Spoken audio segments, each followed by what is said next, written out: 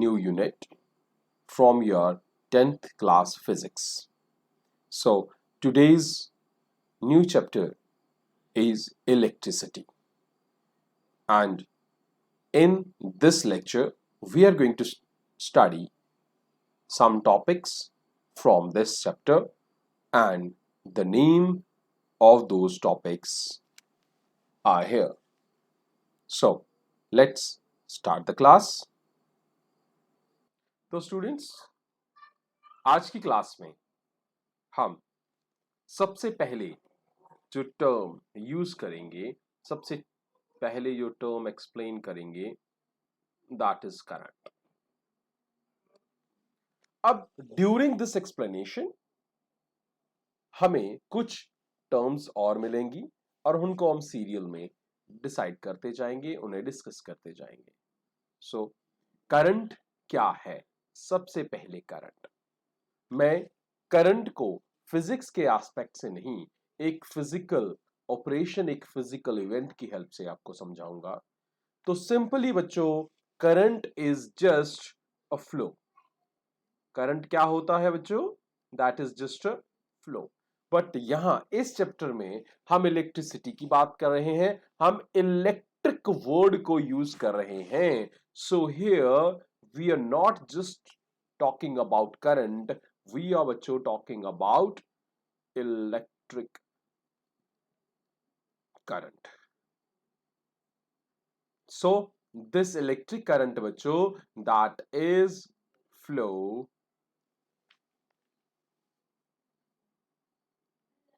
of charge.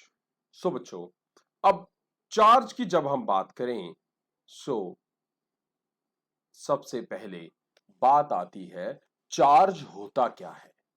तो हम लोगों ने पढ़ा हुआ है कि चार्ज क्या है. So charge is a fundamental, what is it? एक फंडामेंटल प्रॉपर्टी है. जिस तरह से हम लोगों ने ये भी पता है और हमने पढ़ा हुआ है कि मास एक फंडामेंटल प्रॉपर्टी है, एक बेसिक प्रॉपर्टी है.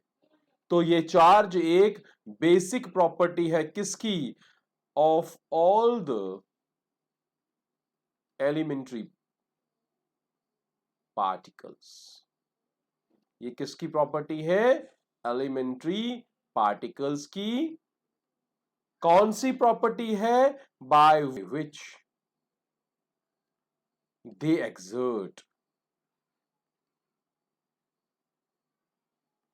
force on one another.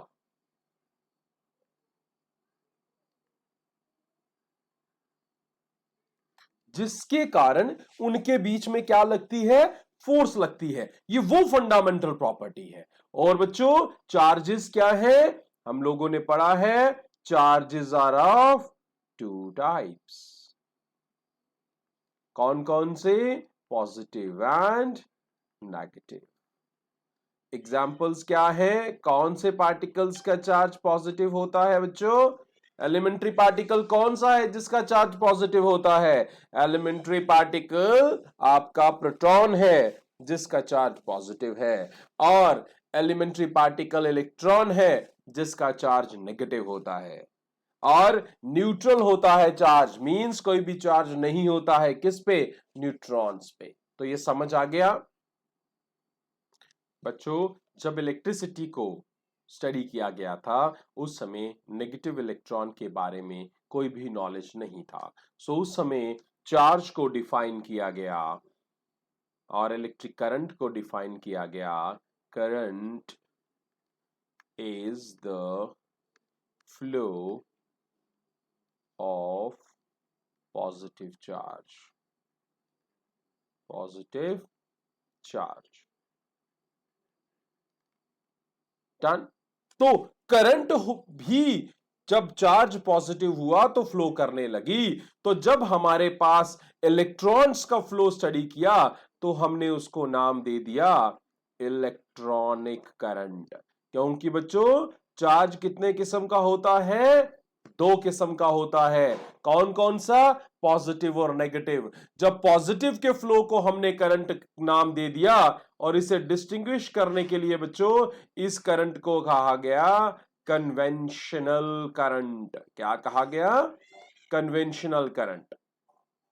तो कन्वेंशनल करंट कौन सी हो गई? जो पॉजिटिव चार्ज के कारण है। और इलेक्ट्रॉनिक करंट कौन सी हो गई? Electronic means due two electrons. Positive और नेगेटिव चार्ज दो आ गए। तो बच्चों अगर आप चेक करते हो तो पॉजिटिव चार्ज जो है उसकी डायरेक्शन अगर एक है तो नेगेटिव चार्ज की डायरेक्शन अपोजिट होगी। तो कन्वेंशनल करंट और इलेक्ट्रॉनिक करंट की डायरेक्शन कैसी होगी? अपोजिट होगी। सो ये था आपके पास। अब बात ये आई कि जिस वायर जिस कंडक्टर से आपकी इलेक्ट्रिक करंट मूव करती है उसे क्या कहते हैं? उसे कहते हैं इलेक्ट्रिक सर्किट। क्या कहते हैं? We see that is an electric circuit. So electric circuit क्या हो गया? वो पाथ हो गया। वो पाथ हो गया या वो क्या हो गया? वो आपके पास कंडक्टर वायर हो गई जिसके थ्रू क्या कर जाता है? आपकी करंट फ्लो करती है। तो that is your electric circuit. अब बच्चों इलेक्ट्रिक सर्किट बना किसका होता है? बच्चों इलेक्ट्रिक सर्किट जिन पार्ट्स का बना होता है we see them as electric circuit components. हमें क्या कहते हैं उनको? We see them as electric circuit components. अब इलेक्ट्रिक सर्किट कंपोनेंट्स कौन से हुए? वो सारी चीजें जो सर्किट में लगी हुई हैं, चाहे हम बात करें वायर की, चाहे बात करें उसमें लगी हुई की, चाहे हम बात करें उसमें लगे हुए सेल की, चाहे बात करें हम उसमें लगे हुए बैटरी की। ये सारे क्या हो गए बच्चों? ये सारे हो गए इसके कंपोनेंट्स। अब कुछ चीजें और भी हैं कि जिस तरह से आपने डिवाइसेस लगा दिए एमीटर, जिस तरह से आपने डिवाइसेस लगा दिए वोल्ट मीटर, तो ये सारे क्या हो गए बच्चों? आपके कंपोनेंट्स। किसके? आपके इलेक्ट्रिक सर्किट के कंपोनेंट्स। तो वायर को रिप्रेजेंट करती है simple straight or curved line, you can say. लेकिन अब अगर इस वायर के ऊपर से दूसरी वायर क्रॉस कर रही है तो बच्चों हम सिंपली क्या लिखेंगे? ये बनाएंगे वायर और ये उसे सिर्फ कर्व दे दिया। या सिंपली ओल्ड कन्वेंशन सिस्टम क्या था? हम ऊपर से निकल गए तो ये ऐसा है। लेकिन अगर वायर के बीच में कनेक्शन है तो ये आ गया उस पॉइंट के ऊपर नोड बना लेना है, उसे क्या कर लेना है? सॉलिड कर लेना है। यहां पे इन दोनों केसेस में वायर सिर्फ दूसरी वायर के ऊपर से क्रॉस हो रही है, लेकिन इस थर्ड केस में वायर कनेक्टेड है। वायर कनेक्टेड है। तो बच्चों दूसरा क्या है? की। ये आपके पास आ गया की का रिप्रेजेंटेशन। और इसी तरह से अगर की क्लोज्ड है मीन स्विच ऑन है, सो दिसे रिप्रेजेंट करेंगे कुछ इस तरह से। So one is closed, other is open, and the third one, the third component is cell. तो बच्चों सेल को इस तरह से रिप्रेजेंट किया जाता है। ये आ गया उसका पॉजिटिव टर्मिनल, ये आ गया इसका नेगेटिव टर्मिनल। अगर सेल को कंबाइन कर लें, एक सेल के साथ दूसरा सेल सीरीज में लगा दें, एक दूसरे के साथ लगा दें, तो कुछ इस तरह से बन जाएगा उनका combination, and that combination will be battery. That combination will be, यहां पे ध्यान से देख सकते हो मैंने एक सेल ये लगाया उसकी सीरीज में, दूसरा सेल ये है, तीसरा भी हो सकता है, उससे ज्यादा भी हो सकते हैं। So you have combined more than one cell, then you're going to have a component that is known as battery. The amount of current which is flowing in the circuit that can be measured with the device which is known as ammeter. और बच्चों ammeter को हम इस तरह से represent करते हैं, plus and minus. And the other one, that is voltmeter, voltage meter, that is this one. सो इस तरह से रिप्रेजेंट किया जाता है इन कंपोनेंट्स को। तो बच्चों समझ आ गया कंपोनेंट्स क्या है, वो हिस्से हैं, वो पार्ट्स हैं किसके, एक इलेक्ट्रिक सर्किट के। इलेक्ट्रिक सर्किट क्या है, वो रास्ता है जो कंडक्टर से बना हुआ है और जिस रास्ते में क्या फ्लो कर रहा है, आपकी करंट फ्लो करती है। तो ये बात समझ आ गई। उस सर्किट में ये सारे कंपोनेंट्स और भी बहुत ज्यादा कंपोनेंट्स जो है वो लगे हुए हो सकते हैं। तो ये बात समझ आ गई। So you got one point that you are going to have current. अब बात की हमने चार्ज की, तो मैंने कहा चार्ज एक ऐसी प्रॉपर्टी है एक पार्टिकल की जिससे वो दूसरे पार्टिकल्स के ऊपर फोर्स लगाता है। बट कितनी फोर्स लगाता है, कहां तक फोर्स लगाता है, वो दिया बच्चों हमें किसने, कूलम ने। वो किसने दिया, कूलम ने। कूलम ने एक लॉ दिया, that was Coulomb's law of electrostatics. और उसने एक चीज बताई कि हर चार्ज जो है उसके सराउंडिंग में एक ऐसा एरिया है, एक ऐसी स्पेस है, irrespective of that shape, definite shape कोई भी हो सकती है, उस एरिया के अंदर ही वो फोर्स लगाता है। अगर दूसरा पार्टिकल उस एरिया से बाहर चला जाए तो वो पहला पार्टिकल उसके ऊपर कोई भी फोर्स अप्लाई नहीं करेगा। एग्जाम्पल, अगर ये आपका ए पॉइंट है और ये आपका बी पॉइंट है, बच्चों ये बी पॉइंट जो है वो ए के आगे पीछे एक स्पेसिफाइड एरिया से बाहर है जिसे बाउंड्री रिप्रेजेंट कर रही है। अगर वो पार्टिकल बी उस बाउंड्री से बाहर ही रहता है तो बी पॉइंट के ऊपर कोई भी फोर्स नहीं लगेगी। तो बच्चों वो स्पेस, वो एरिया जिसके अंदर जाने से ही फोर्स लगती है, वो क्या हो गया, इलेक्ट्रिक फील्ड हो गया बच्चों। वो क्या हो गया, that will be electric field. So आप इलेक्ट्रिक फील्ड क्या हो गया, space or area around a charge in which it can exert electric force on any other particle। Then ये बात आपको समझ आ गई। जब बात की हमने फील्ड की तो एक नई टर्म हमारे पास आ गई, दैट टर्म इज पोटेंशियल।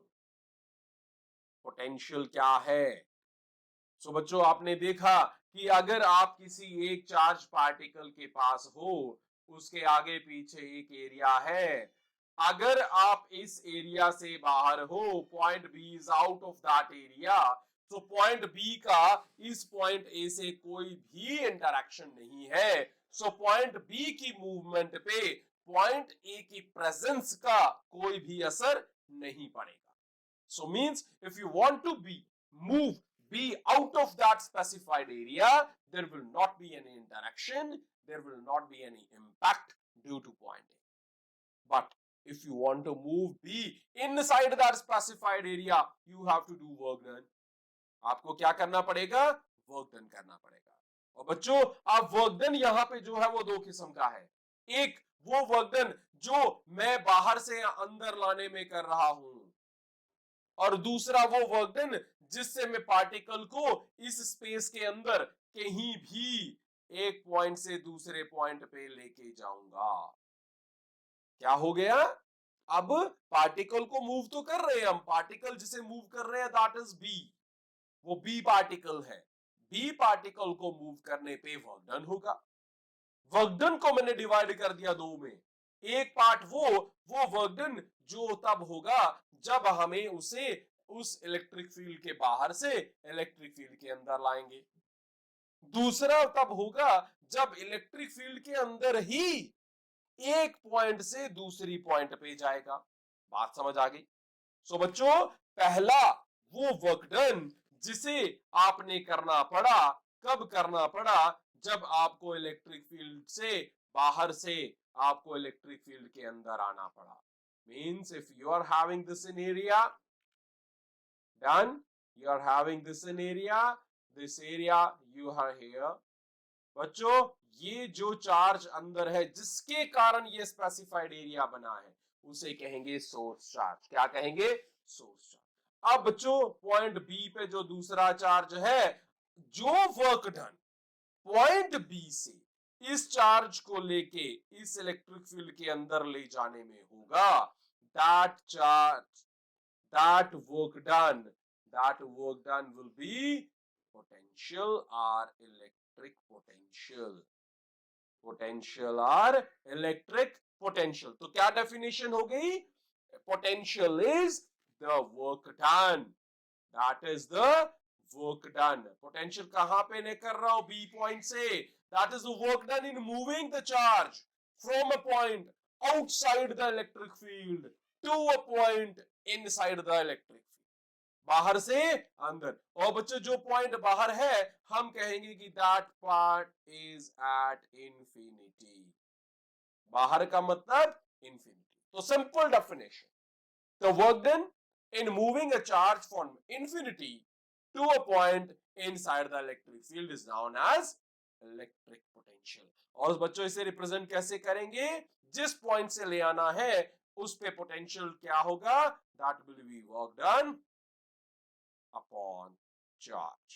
जिस चार्ज को आप मूव कर रहे हो उस चार्ज की value that will be, so work done per unit charge is known as potential. तो बच्चों दूसरी क्या चीज हो गई? मैंने आपको डेफिनेशन बता दी है पहले की। दूसरी हो गई पोटेंशियल डिफरेंस। तो मैंने आपको दो किस्म के वर्क डन बताए। पहला हो गया बाहर से अंदर लाने में, दूसरा अब आप उस इलेक्ट्रिक फील्ड के अंदर ही हो तो जितना वर्क डन आप करते हो for moving a charge from one point two another, एक पॉइंट से दूसरे पॉइंट पे ले जाने के लिए जितना वर्क डन किया जाता है, ये बीच में सोर्स चार्ज है x, इसका इलेक्ट्रिक फील्ड है, आपको मूव करना है ए पॉइंट से बी पॉइंट पे, तो जितना वर्क डन आप करते हो एक चार्ज को मूव करने के लिए from A to B, that work done is known as potential difference. ध्यान रहे पोटेंशियल डिफरेंस में जिस पॉइंट से जिस पॉइंट तक जाना है both the points they are inside the field. So we would represent, I am moving from A to B. So that will be the work done. That voltage potential will be voltage at B from A. So that will be the potential at A minus potential at B. That will be equal to work done upon the charge. Again, it is the same one. So ये बात समझ आ गई आपको? तो अगर आपको representation देनी है कि एक पॉइंट से दूसरे पॉइंट में, सो आपको वैल्यू मूव करनी पड़ेगी। यहाँ पे हायर पोटेंशियल है, लोअर पोटेंशियल के बीच में दोनों का डिफरेंस आपको लेना पड़ेगा। तो ये बात समझ आ गई आपको? That will be your value. अब बात करते हैं कि इन दोनों टर्म्स की यूनिट्स क्या हैं। अगर आपने ध्यान से देखा होगा तो दोनों ही क्वांटिटी वर्क अपॉन चार्ज हैं। वर्क का यूनिट जॉल होता है, चार्ज का यूनिट कॉलम होता है। So we would say we are having a joule per coulomb as a unit. But by the name of an eminent scientist, we have put its name as volt. तो आपकी potential हो चाहे potential difference हो, दोनों को major करने के लिए यूनिट यूज किया जाता है, दैट इज वोल्ट। और अदरवाइज इसका यूनिट क्या है? जूल पर कूलम। तो बच्चों ये बात आपको समझ आ गई। इसी तरह से जब करंट की बात करते हैं तो बच्चों करंट को मेजर किया जाता है किसमें? एम्पेयर में। किसमें मेजर किया जाता है? एम्पेयर में। और कौन सी डिवाइस उसे यूज करने में हमें मदद करती है? दैट इज एमीटर या एम्पेयर मीटर। तो ये बात आपको समझ आ गई। अब दोनों ही मूव कर रहे हैं एक जगह से दूसरी जगह। सो एक साइंटिस्ट आए, उन्होंने क्या कहा? उन्होंने कहा भाई, उन्होंने कहा जब भी ऐसा होगा, जब भी ऐसा होगा कि फंडामेंटल आपके लॉज जो हैं, आपके पास प्रॉपर्टीज कांस्टेंट होंगी, फंडामेंटल सराउंडिंग में आपके आगे पीछे के फिजिकल कांस्टेंट्स होंगे, तब उस समय आपके पास क्या होगा? आपके पास जो वोल्टेज होगी, आपके पास जो पोटेंशियल डिफरेंस होगा, वो किसके डायरेक्टली प्रोपोर्शनल होगा? To the current. ध्यान से, if you are having a circuit, मैंने आपको बताया कि आपके कुछ कंपोनेंट्स हैं, उनमें से एक बड़ा ही इंपॉर्टेंट कंपोनेंट जो है बच्चों, that one is resistor. That one is resistor. अगर इस रेजिस्टर के अक्रॉस हम एक बैटरी, एक सिंपल सेल यूज कर लें, so this would become a circuit. ये क्या बन गया? एक सर्किट। तो ये क्या बन गया आपका एक सर्किट। इस सर्किट में ये करंट आई फ्लो कर रहा है बच्चों। इस वोल्ट बैटरी सेल का पोटेंशियल है V, so resistor.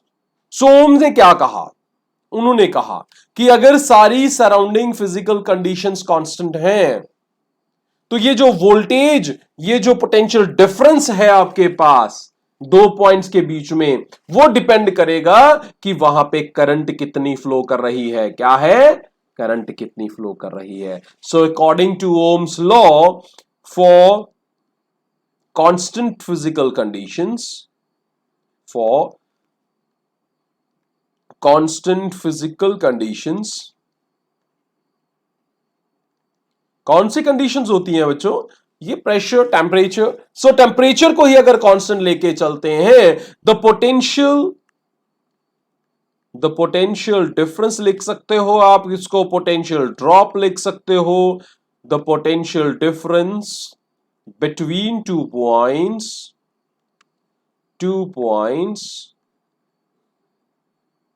Will be directly proportional.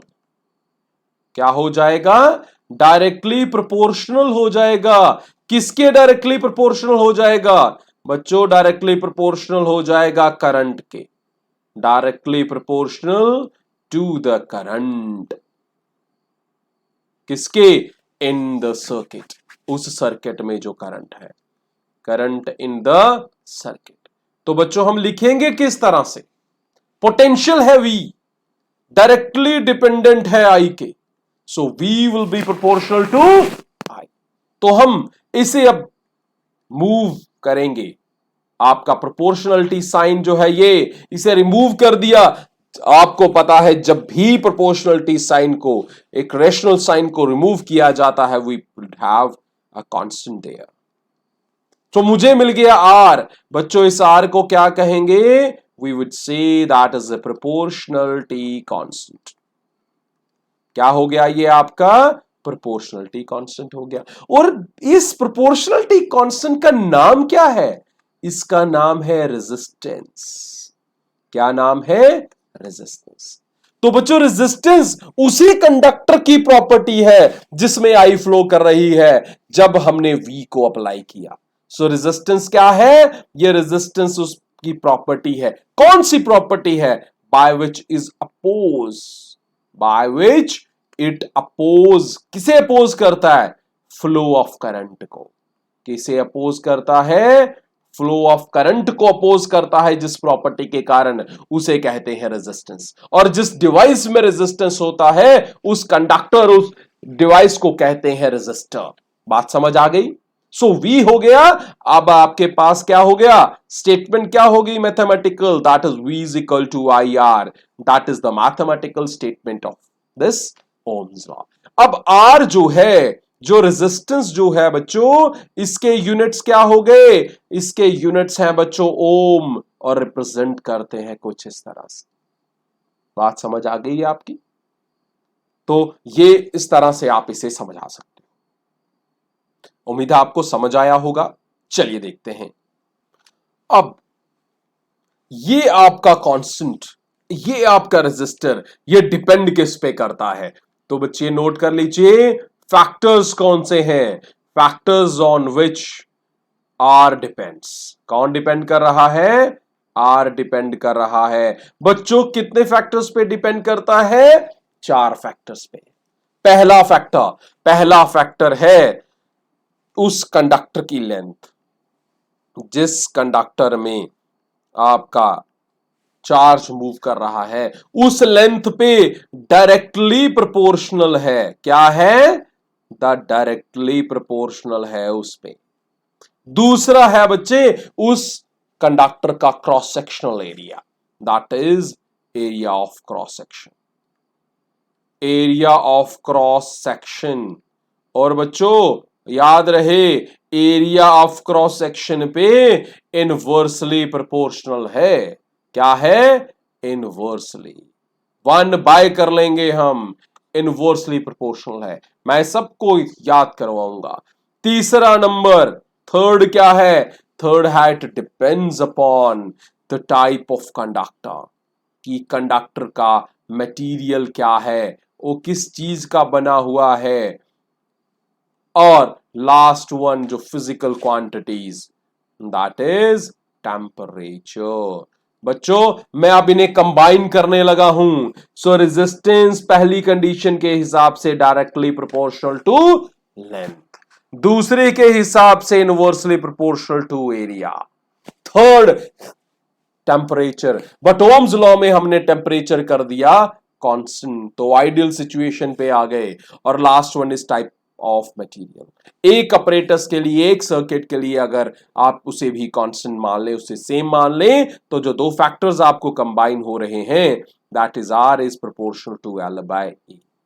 अब मैं प्रोपोर्शनलिटी हटाऊंगा, जैसे ही प्रोपोर्शनलिटी हटाई, so what would I have, I am going to have equality and the constant. अब ध्यान से देखिएगा बच्चों, ये है rho, RHO, that is row.